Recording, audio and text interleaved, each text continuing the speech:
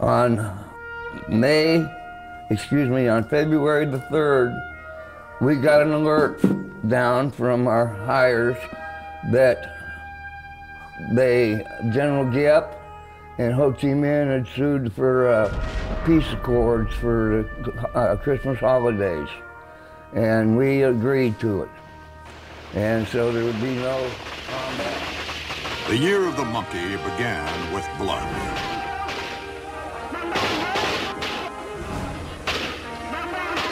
The enemy struck across the length and breadth of South Vietnam, shattering what had been a holiday truce. The holiday was Tet, the Lunar New Year. For the first time, the Viet Cong invaded the cities in force, including Saigon itself. A suicide attack into the grounds of the American Embassy. We were basically stationed in and around Saigon area. And on February the 3rd, we got an alert down from our hires that General Giap and Ho Chi Minh had sued for peace accords for the Christmas holidays. And we agreed to it. And so there would be no combat for those 3-day periods. And what area was that? That was for nationwide. Nationwide. And so we were still told to be on the alert because we didn't really expect them to honor the truce. The night started out quiet, but at about 2:45 in the morning, we got a call, signal 300, which in general terms means they're under attack, direct automatic weapons fire. What was the exact date of that? The 3rd of February. And they were under attack. The embassy was under attack. And then we got calls from throughout the outlying areas, all kinds of places to coming under direct automatic weapons fire and mortar fire. And we're dispatching alert teams as quick as we could, trying to put the fires out. And I was sent to the embassy. And you were sent there with? Do you remember the names? Huh? Do you remember the names you were sent there with? Anybody? Paul Healy, PFC Paul Healy. He was one of our men. The company commander was Captain Manto, N-A-N-T-O. And we got to the embassy, and BC had tried to gain entry by blowing a hole through the wall. And the guards that were inside the interior, the compound, were keeping the BC out on the main drag. They couldn't get in. The Marines followed their SOP, which was to lock themselves inside the compound, inside the building itself. And Charlie hit the big cherry wood doors with RPG rockets. Couldn't blow the doors. Just put a big hole through them. And so the Marines went upstairs on the 7th and 8th floor, and they were totally unprepared because all they had was snub-nose 38s and light machine guns. So they weren't prepared for any long-range shooting. And the 3 MPs that we had on the ground that was holding the BC at bay, they were killed by embassy personnel. A Vietnamese embassy personnel came up behind them in the middle of the firefight and shot them in the head. How many? All 3 of them, killed all 3 of them. We don't know how many other Vietnamese, but we know of the 1 Vietnamese, for sure. So to the best of your knowledge, there were only 3 Marines on the interior of that building that day, or were these? Oh no, they had like a 6-man or a 7-man squad. Yeah. It was, a rotating squad. And the alert team by that time, we had a deuce and a half from Charlie Company responded to us, and that had 18 men,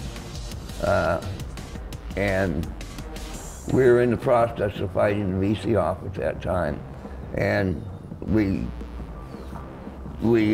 basically captured or killed every one of them. Where was your position when you personally were fighting? My position was at the front gate. There was an opening that I could fire at this one VC. He had me pinned down. They had these big concrete flower pots, and he had me pinned down, and we were exchanging shots.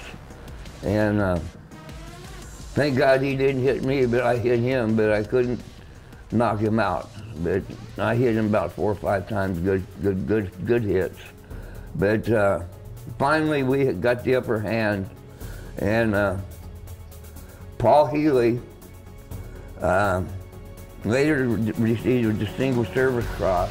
I don't know if you might have heard about, he's the one that went into the Ambassador Bunker's house and threw the assistant ambassador up a gas mask because the BC was in the house, and all Paul went in was a 45 and threw him up a gas mask, and we gassed the guy out, the BC out.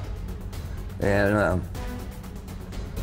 when all the fighting was over, it was dawn, now it's daylight.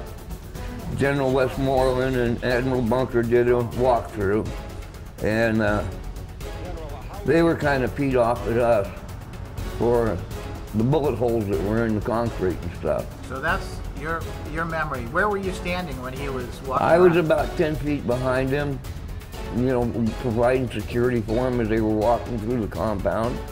And they seemed more interested in the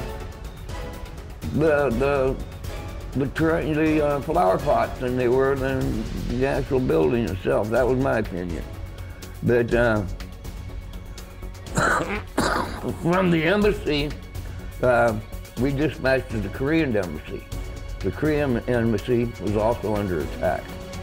We took back the Korean embassy, and then we had to go to the Filipino embassy. They were under attack. And we got them back pretty easy.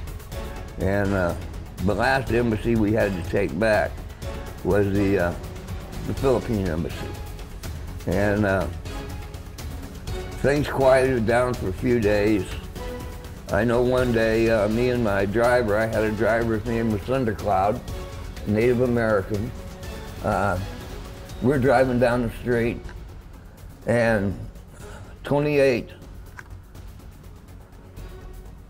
VC, we're not sure what they were, but they come walking out of a side street and threw down grenades and stuff, you know, just, they didn't pull the pins, but they were basically raising their hands and giving themselves up. And so we called in for assistance, and assistance got there and took them off our hands, because we didn't have the manpower to handle 28 men. It was just me and the one man. And